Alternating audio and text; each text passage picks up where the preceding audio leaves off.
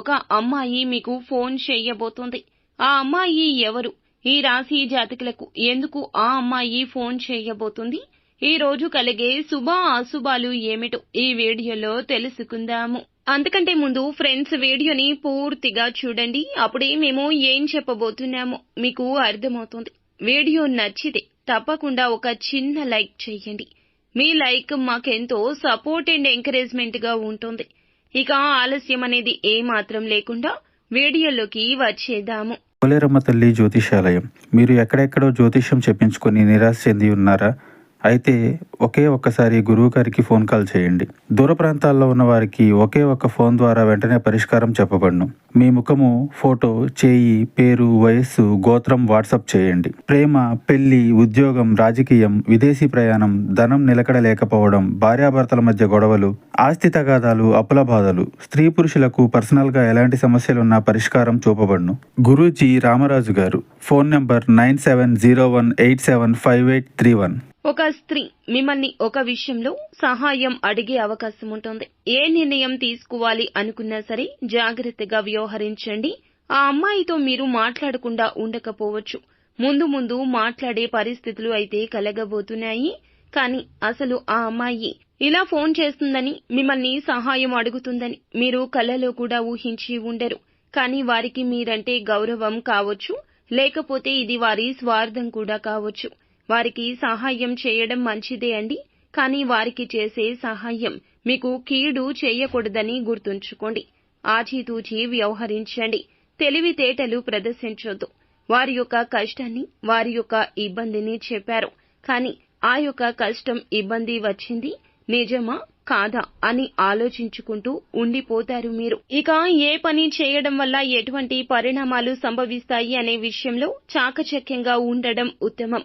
సహాయం చేసే విషయంలో కొన్ని అవాంతరాలు కూడా ఎదురు కావచ్చు, జాగ్రత్త. సహాయం చేయకపోవడం కాదండి, సహాయం చేయండి. కానీ వారికి చేసే సాయం మీకు కీడు కాకూడదు.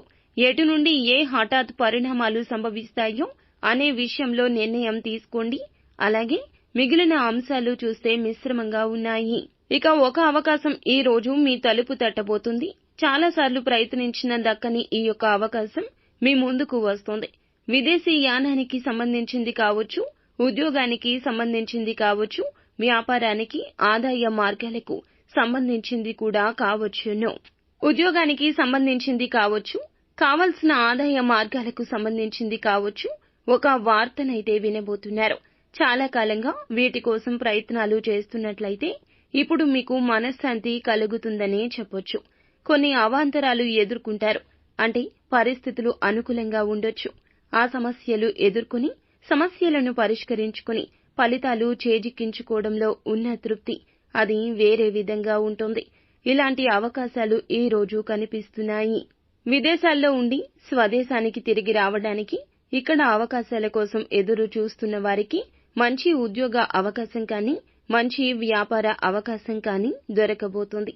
ఈ రోజున ఎవరైతే అనారోగ్య సమస్యలతో బాధపడుతున్నారో వారికి ఒక మంచి అవకాశం అయితే దక్కబోతుందండి.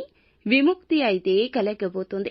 చాలా కాలం నుంచి మీకున్న ఈ సమస్యకు ఏ చికిత్స తీసుకోవాలి, ఏ వైద్యుణ్ణి సంప్రదించాలి అనే దాని మీద క్లారిటీ వచ్చేస్తోంది.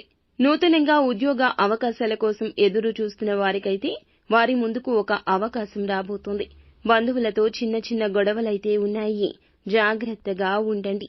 ఆర్థికంగా ఈ రోజున సమస్యలకు పరిష్కార మార్గం అయితే ఖచ్చితంగా లభిస్తుంది. బంధువుల్లోని ఒకరి నుంచి ఒక గుడ్ న్యూస్ అయితే వినబోతున్నారు. ఇక వ్యాపారవేత్తలకు మీ యొక్క వ్యాపారం సజావుగా సాగిపోతుంది.